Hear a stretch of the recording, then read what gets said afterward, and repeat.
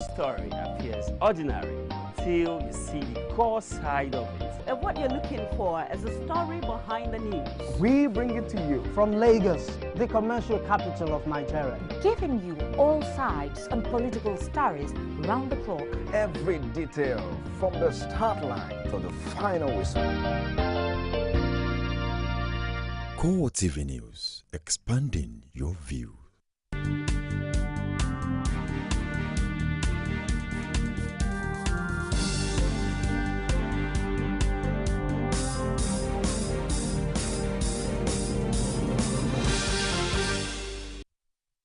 Hello and welcome to CoreTV Primetime News. I am Nifemi Oguntoye. In our major story, federal government confirms spread of Ebola in Nigeria as Liberian afflicted with the virus dies in Lagos.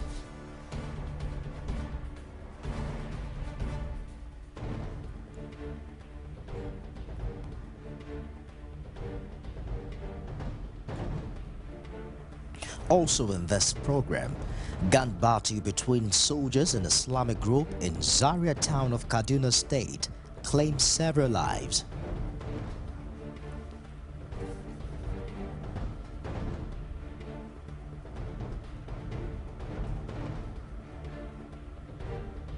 Nasarawa Chief Judge constitutes 7-man panel to probe Governor Tanko Amakura.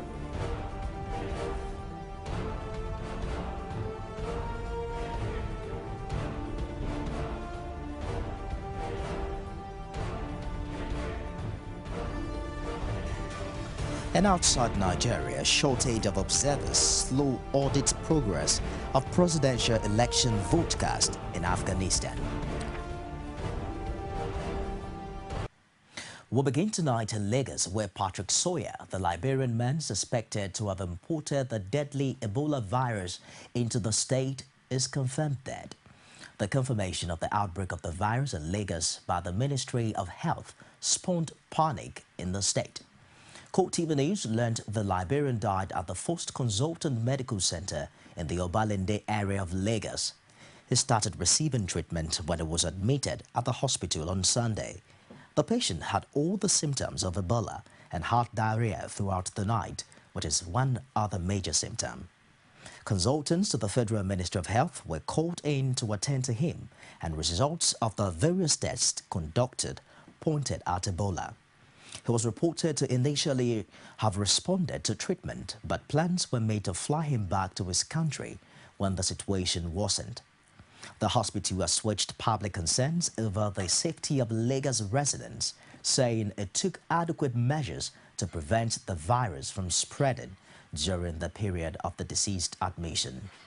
Sawyer, an official of the Liberian Ministry of Finance, arrived in Nigeria on Sunday after a conference. Meanwhile, the federal government has confirmed an outbreak of Ebola virus in Nigeria. Health Minister Professor Onyebuchi Chukwu told journalists in Abuja that the 40-year-old Liberian who fell ill and died in Lagos within 3 days had the virus. The health minister briefed the media alongside his information ministry counterpart, Labaran Marco. About 3 months ago, the attention of the world was drawn to the outbreak of a deadly disease known as Ebola virus in some West African countries. Now, the outbreak of the disease has been recorded in countries like Guinea, Liberia, and Sierra Leone. The virus spread through humans. However, its hosts have been found to be fruit bats and infected animals, including chimpanzees, monkeys, and other game mates that live with fruit bats. Our medical doctor Adeyeye Arigbabuwo advises the public on how to prevent the contraction of Ebola virus. We'll talk about border monitoring, quarantine, if any, and not only that, we'll talk of preventive measures so that people don't just use the habit of not knowing they should need to wash their hands, they should need to avoid overcrowding, they should need to also see if new travelers are coming in and you're feeling funny, for example, that you need to see a physician, at least if need be, to do one or two things to make sure this is not a new case being reported. But by and large, we have a standing ethics in this type of situation. We allow the Federal Ministry of Health, we allow those in charge of epidemiology, We allowed those in charge of disease control to do more of authoritative instructions in this situation than just any of us coming out to say anything. But our duty is to just talk like the public physician who will really tell people, look, this is how to prevent this is what to do, this is what not to do. So the application is like general application to what you call communicable diseases, that kind of a thing. General application, preventive measures. You know, you avoid all of things like contact with suspected persons, you wash hands, you make sure you're traveling and make sure you get a clean slate when you're going. You get to where you're going to, they can screen you. You have suspected cases, you report them. But like I told you, the epidemiology unit of the Federal Ministry of Health, for example, and the various states are working day and night to make sure we're on top of this situation. Quite a handful tidbits from the medical doctor there. Away from that story, a clash between the military in Zaria, Kaduna State, and members of the Shia Islamic group has resulted in the killing of at least 10 people. A witness told popular online newspaper The Cable that sporadic shooting as a result of the clash went on for over an hour. In a telephone interview with CoreTV News, the Commissioner of Police in the state, Shehu Umar, says he has not been briefed on the latest development, but confirmed the situation has returned to normal. Well, I don't have a detail yet, please. No, I know that there's a problem with the Shiite and the security agents, so I cannot say exactly what happened now. I'm waiting for the Shiite to result from my officers on the ground. People are going about their normal business. Police and other security agents are on top searching. They are going around the town, patrolling. Come for now. Meanwhile, the Nigeria's military authorities have arrested a suspect over the gun and bomb attack on former head of state, General Muhammadu Buhari. Defense spokesman Chris Olukolade said that the suspect was arrested at the scene disguised as a woman. The man, who was sighted while attempting to flee the scene, was whisked away before he could be mobbed by the crowd. The suspect is currently being interrogated at an undisclosed security facility. The Kaduna State government says it offset the bill of survivors of the twin bomb attacks in the metropolis. Governor Ramalan Yero disclosed this when he visited the bomb victims at the 44 Army Referral Hospital. He commiserated with the survivors and advised residents to avoid crowded areas as much as possible.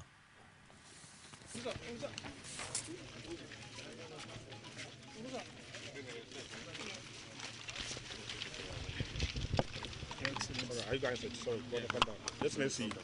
You've visited the scene of the two bombers. You've also visited the general who was affected. And of course, you have gone to the hospital here to see the victims. What is your feeling, considering the fact that this is the major attack since you had office some 2 years ago? Well, first of all, I would like to thank God Almighty Allah for what He has done to us in Kaduna State. As you said, in the last 2 years, we have not had this kind of problem. But everything has its own time. And this thing happened yesterday. It's a very sad event. It's a very sad incident. And whoever is behind this knows that he has no fear of God. This is very, very, very unfortunate. And it's not supposed to be. So we totally condemn this act, and would like to also call on people to condemn it, and at the same time to look around and ensure what is always around them, which the people of Kaduna has been doing. But unfortunately, because of the crowded town that we had yesterday, these things happen. But we know that by the grace of God, this thing will never happen again. We'll continue to do our best and also continue to pray to God Almighty Allah. But we are grateful to God for what He has done to us. I also visited the scenes. The one that is very, very major is one that we have seen at Cow, because that one they use a vehicle. But the other one that is at Alkali Road, from the report that we have, is a suicide bomber. It's an individual who has gone in, which it can happen at any time. And we're even so lucky that in the last 2 months, we have to sensitize people around that area to please avoid crowded areas. And now we have seen what has happened. That means people should ensure that they avoid being crowded. The hospital authorities, however, barred newsmen from speaking with the bomb victims. The Civil Rights Congress of Nigeria has condemned Wednesday's bomb blast in Kaduna, saying it was intended to trigger civil unrest in the country. The group described the blast as assassination attempts on Sheikh Dahiru Bauchi and Muhammadu Buhari. In the statement signed by its president, Shehu Sani, the group said that the incidents had once again demonstrated the annihilating danger faced by the Nigerian state. Shehu said the attacks, if successful, could have triggered a serious civil unrest, which the architect intended to achieve. He urged Nigerians to unite in confronting the menace, saying that there is need for national solidarity in tackling the problem.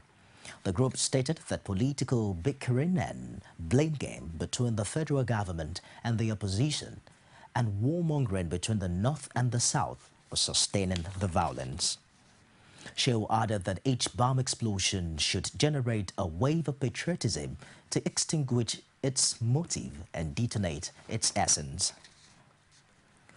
Meanwhile, Inspector General of Police Mohammed Abubakar has put together a team of investigators to take a second look at the twin bomb attacks in Kaduna.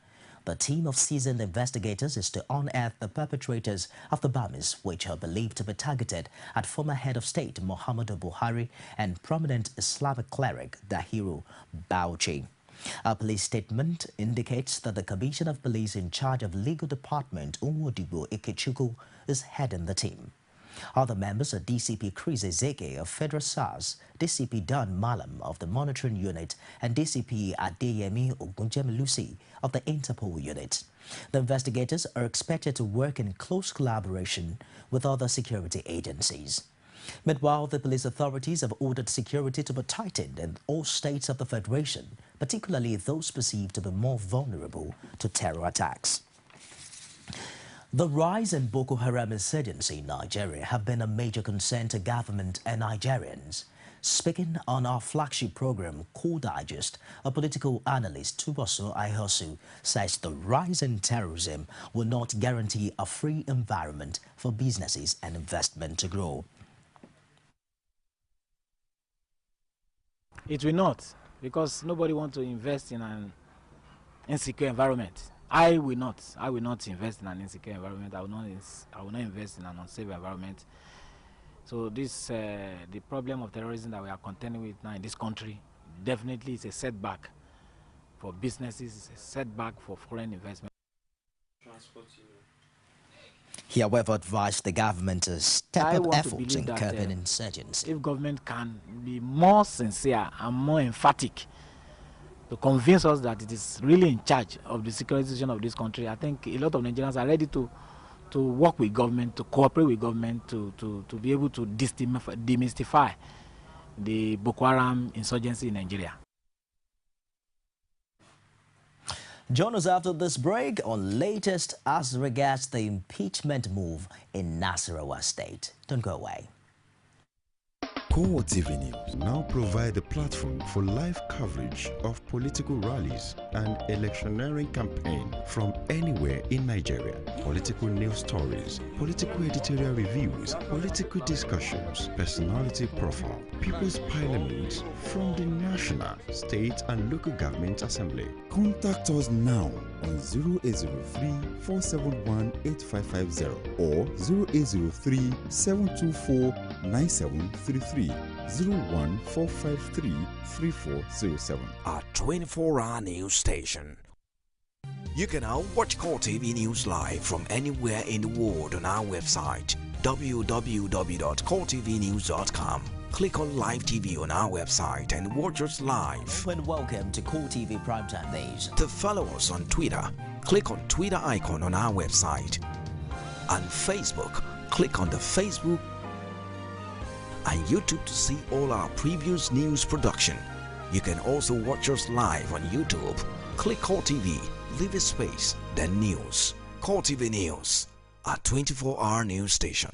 Nigerians continue to travel the city of Lagos There is still a poor level of Be the first to know.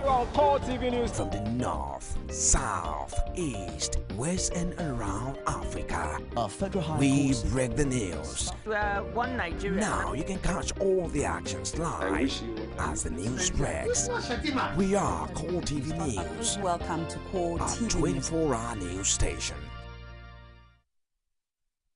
From time immemorial, women have birthed life, shaped character, and by extension, influenced the society. Moremi of Ife, Emoten of Benin, Queen Aminat of Zaria, all women of influence and power. Whether it's before election, after election. How ironical. Women being so powerful, yet have few grounds in decision making. They see you as a wife, and I see you as a wife to a man. We are talking women in politics. A woman will be bold enough to stand up and say, I want to become president of Nigeria. Only on CoreTV News.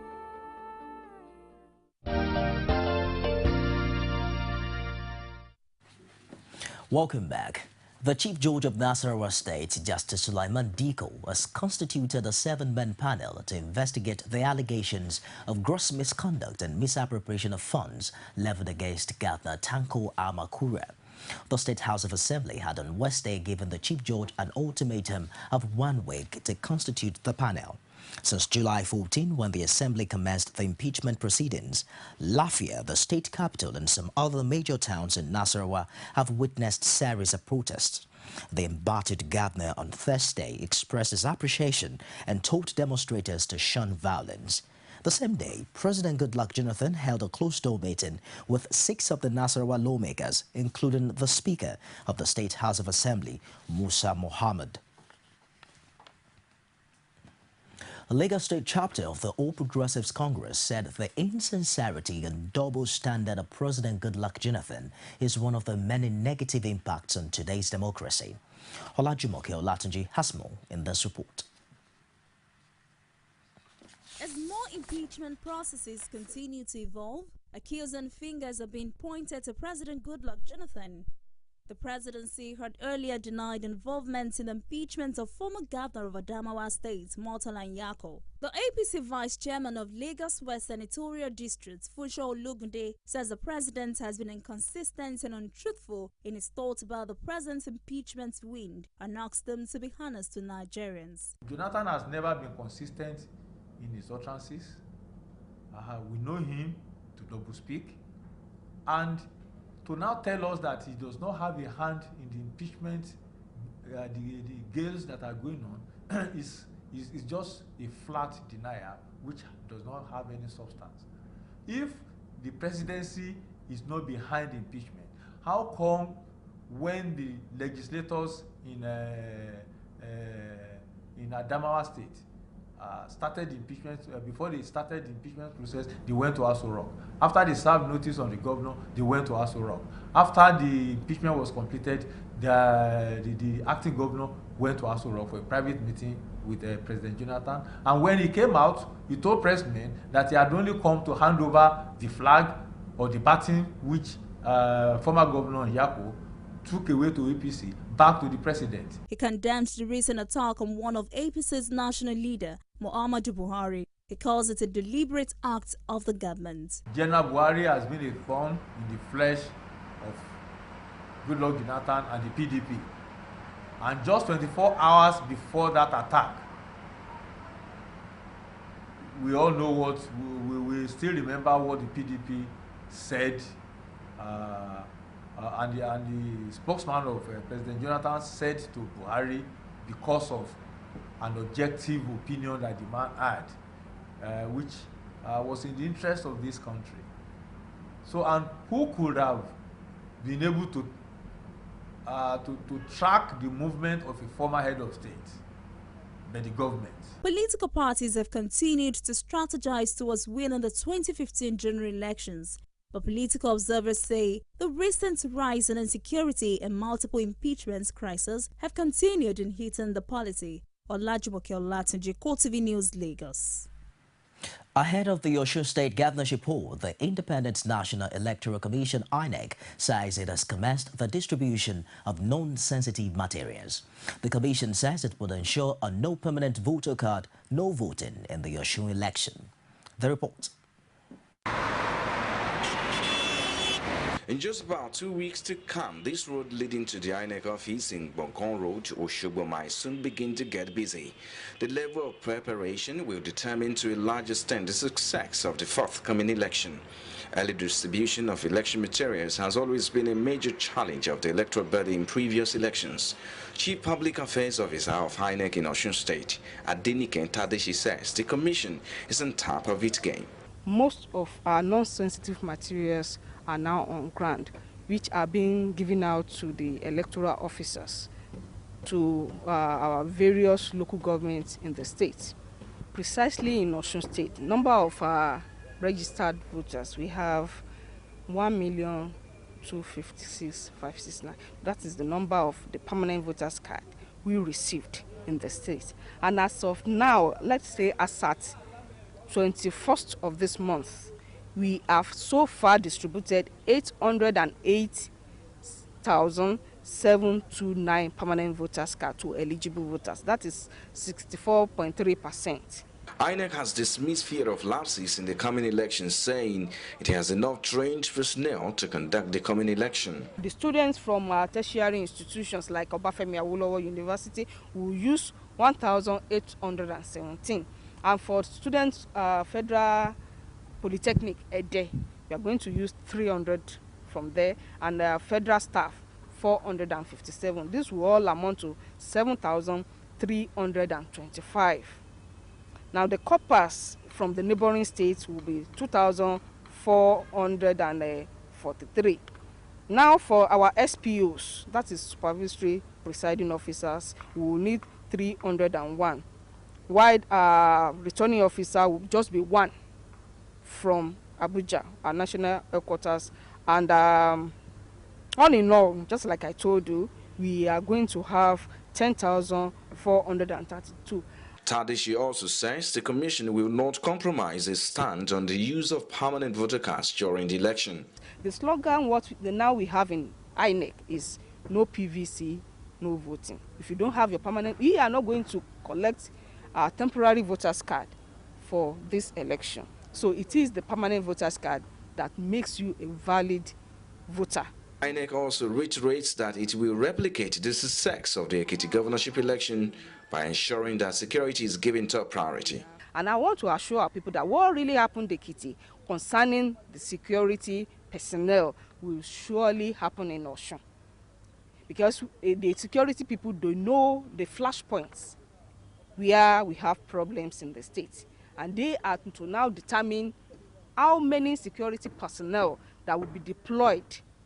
With 20 contestants and over 800,000 voter cards already distributed, the political atmosphere in Osun has been active lately. Frank Omalape, CoreTV News, Oshogbo. And in what can be described as the rush hour for political parties in the forthcoming governorship election in Osun State, the People's Democratic Party took its turn its campaign to Ikire local government area of the state. Our correspondent Frank Omalape again reports that an APC leader in the state defected to the PDP at the campaign.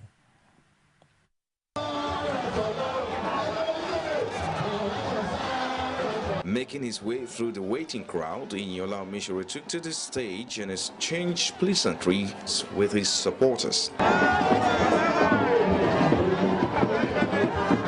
The crowd chanted his name amidst cheers.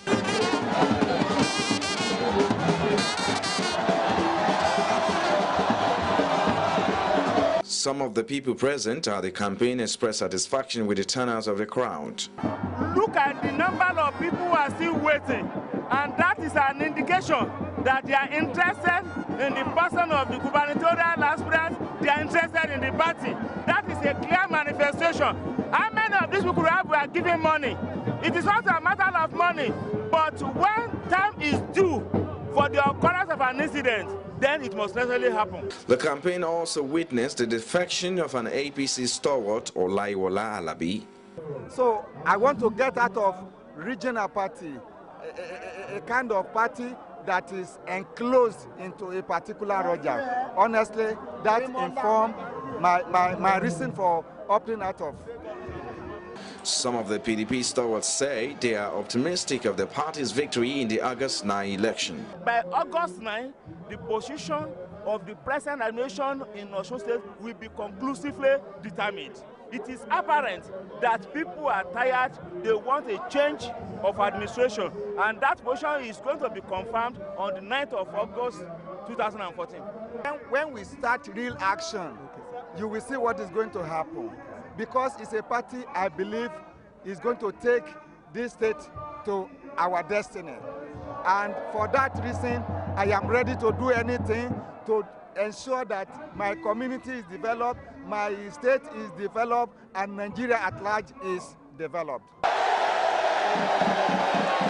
The rally seems like a celebration of speeches as party leaders took turns addressing the crowd until sunset.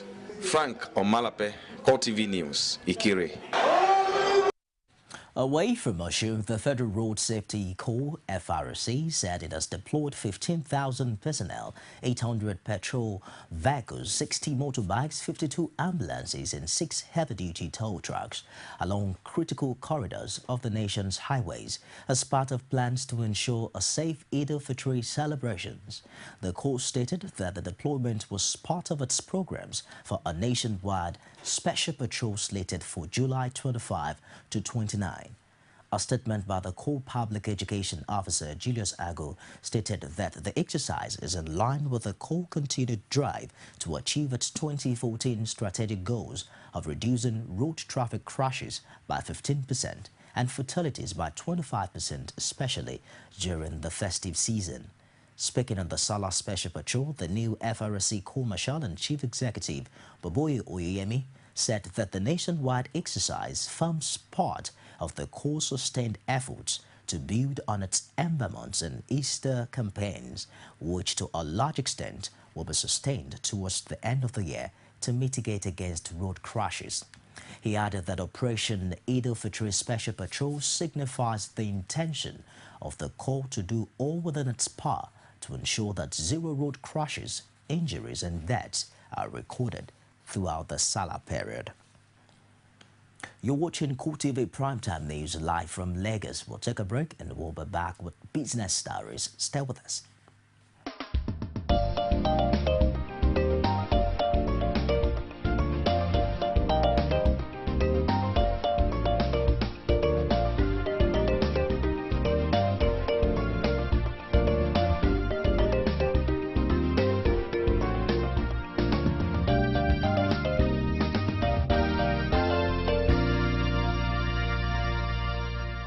CoreTV News, expanding your view.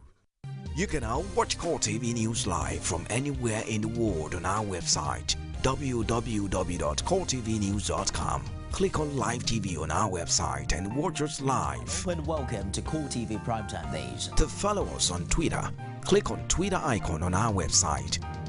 On Facebook, click on the Facebook and YouTube to see all our previous news production. You can also watch us live on YouTube. Click CoreTV, leave a space, then News. CoreTV News, our 24-hour news station.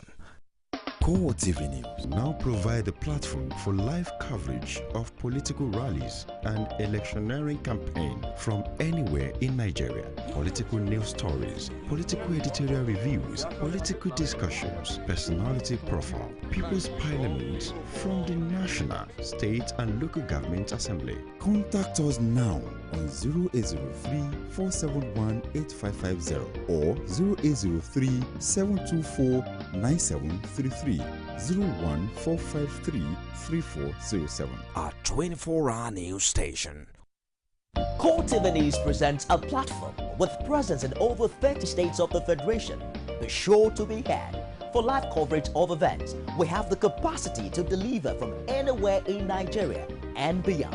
Contact us now on 0803-471-8550 or 0803-724-9733. 014-533-407. Our 24-hour news station.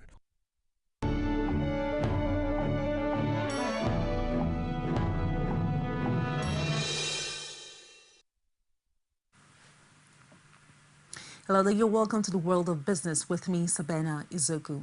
President Goodluck Jonathan has canvassed for deeper, stronger and more cooperative partnership between Nigeria and other members of the Organization of Petroleum Exporting Countries, OPEC. In a statement issued by the president's spokesman, Dr. Ruben Abati, Jonathan observed that such partnership will act as catalyst in decision-making process within OPEC and also open doors of opportunities for investment and socio-economic collaboration amongst its members. The president told the new ambassador of the United Arab Emirates, Mahmoud Mohammed, and the new Qatar ambassador, Abdul Aziz bin Mubarak Said Al Mohanadi, that the cordial diplomatic and political relationship between Nigeria and other OPEC member countries ought to be translated into more beneficial engagements. He therefore charged the UAE, Qatar, and other OPEC countries to take advantage of the immense potentials of Nigerian large market and the new investment opportunities in the country which offer quick and high returns. The federal government is considering 3 options for the privatization of the Transmission Company of Nigeria, TCN. The Minister of Power, Professor Chinedu Nebels, stated this in Lagos during a handover of 248 containers containing electrical equipment, which were abandoned at the Lagos port by the defunct Power Holding Company of Nigeria from 2003. According to the minister, the option being considered a full privatization, regional privatization, and concession of the TCN to private investors. The Nigerian Customs Service finally released about 248 containers of electricity, equipment, implements, and instruments belonging to the PHCN, some of which had been abandoned for 11 years, while others came into the country 7 years ago. The containers were leased to the TCN following the intervention of the federal government. Commenting on the development, the managing director and CEO of TCN, Matt Cast, says the federal government is committed to giving Nigeria 20,000 megawatts of electricity by 2020. The federal government and the United States of America has signed 2 memorandum of understanding to build 1,500 megawatts power plant as well as other infrastructure to boost the Nigerian power sector. The agreements are as a result of the Power Africa initiative inaugurated last year by the U.S. President Barack Obama, signed at the headquarters of the Federal Ministry of Power in Abuja. The United States Ambassador to Nigeria, James Entwistle, who signed on behalf of his country, said both countries had agreed to work together to increase access and availability of electricity in Nigeria. The Senior Vice President of Africa, Global Edison Corporation, Dr. Peter Wango, stated the agreement would deliver 1,500 megawatts power plant and solar panel company. The ambassador of the Republic of Indonesia has expressed his desire to improve trade and investment relationship with Nigeria. The director of the Indonesian Trade and Promotion Center in Lagos, Pontas Tobin, stated that the Southeast Asian nation is particularly interested in developing investment networking between citizens of both countries in the non-oil sector, and that the government is working to improve upon the total trade volume between Nigeria and Indonesia, which stood at $3.6 billion in 2013. He stated the Trade Expo was one of the initiatives put in place by the Indonesian government to forge better trade relationships between the country and the rest of the world. Meanwhile, discussion with the embassy in Abuja is ongoing to put necessary things in place to enable Nigerian businessmen based in the South to apply for and secure visas in the country in Lagos. Some banks in the country have begun to shift focus to women banking, designing products targeted at the needs of these women, stating that the low risk of default have engendered the sudden push for women banking by the lenders in the country. According to the research, 18.4 million women were financially excluded versus 16.4 million men in 2012. Hence, Nigeria needs to ensure equal participation of men and women in economic, social, and political activities to achieve the Vision 2020. Banks are exploring ways of tapping into and mark local and foreign funds set aside to encourage women entrepreneurs. 60% of the 220 million naira micro, small, and medium enterprise development fund launched by the Central Bank of Nigeria is to be administered through microfinance banks owned by government or private organizations. Other funds include $7.1 million, which is the financial sector deepening Africa, a FINA's sister organization, and a program of the UK's Department for International Development announced late 2013 that it will provide to Women's World Banking to fund a collaboration that will generate results for women, institutions that serve them, and the markets they operate. And on the stock markets, the equity transaction on the Nigerian Stock Exchange floor ended on a negative note today. The Nigerian Stock Exchange All Shares Index depreciated by 258.51 points to close at 42,285.85 basis points. Market capitalization decreased 0.61% to close lower at 13.963 trillion naira. In all, a total of 537 million shares valued at 26.62 billion naira were exchanged in 7,048 deals. Report shows that WAPCO PLC topped the gainers chart, followed by Stanbic IBTC PLC, Guaranty Trust Bank PLC, CCNN PLC, and Ports Bank PLC. On the other hand, Total PLC led the losers chart, followed by Mobil PLC, 40 Oil PLC, Dangote Cement PLC, and Flour Mill PLC. Meanwhile, here are the top 5 trades.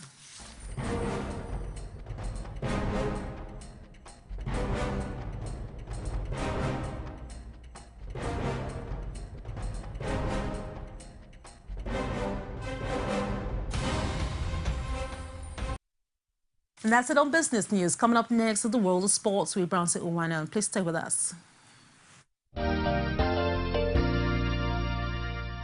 Nigerians continue to travel the city of Lagos waits and dark as all routes to you on be the first to know on CoreTV News from the north, south, east, west and around Africa.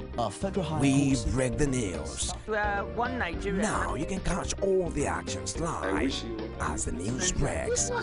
We are CoreTV News. Welcome to CoreTV. A 24-hour news station.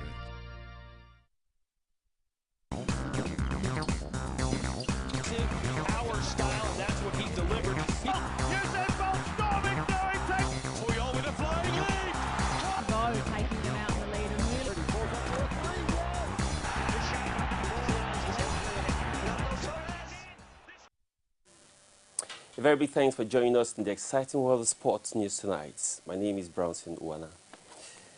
Weightlifter Chika Amahala won Nigeria its first gold medal in the ongoing Commonwealth Games in Glasgow, Scotland on Friday.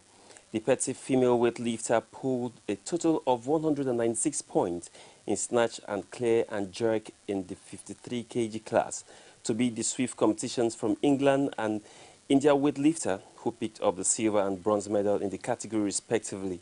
The mother of two also set the game's record in the category. Still on the Commonwealth Games, Wales 400-meter hurdler Rhys Williams is out of the Commonwealth Games after testing positive at the Glasgow Grand Prix. The Team Wales athletic co-captain says he's devastated and denies knowing taking any banned substance. The 30-year-old son of former Wales and Lions rugby player J.J. Williams tested positive for both his A and B samples. He has been banned from all competitions by UK anti-doping pending hearing. And away from that to the world of football, striker Didier Drogba has resigned for Chelsea on a one-year deal. The Ivorian won 10 trophies at Chelsea from 2004 to 2012 and was a free agent after leaving Galatasaray. Manager Jose Mourinho had earlier said the forward belongs at Stamford Bridge, but that any deal would be made in a no emotional way. Drogba told Chelsea official site it was an easy decision. I could not turn down the opportunity to work with Jose Mourinho. And finally on sport news tonight, former Chelsea manager Claudio Ranieri has been appointed as the new coach of Greece after agreeing a 2-year deal. The 62-year-old Italian takes over from Fernando Santos, whose contract expired after the 2014 World Cup. The Portuguese guided Greece to the last 16 in Brazil, and Ranieri will now focus on qualification for Euro 2016. The Greek Football Federation says the Italian coach is expected to lead the group to new success with Euro 2016 on the horizon. Ranieri has managed at 14 different club sides, including Juventus, Roma, and Inter Milan. And that's my final whistle on Sport News tonight. I am Bronson Uwana. Very big thanks for watching. Ifemi is standing by with foreign news. Stay with us. Every day, every hour, and every minute, news break in Nigeria. Things happen so fast, it's most times difficult to track and comprehend them.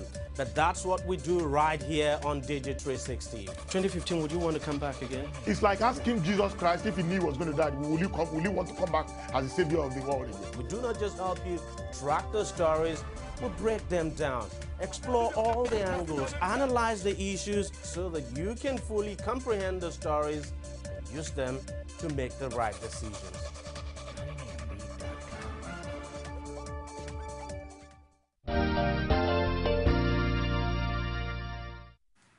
Welcome back. We'll begin our stories from outside Nigeria in Mali, where the first images of Air Algeria crash site has emerged, showing a stock terrain littered with bits of a plane that appears to have been broken up on impact.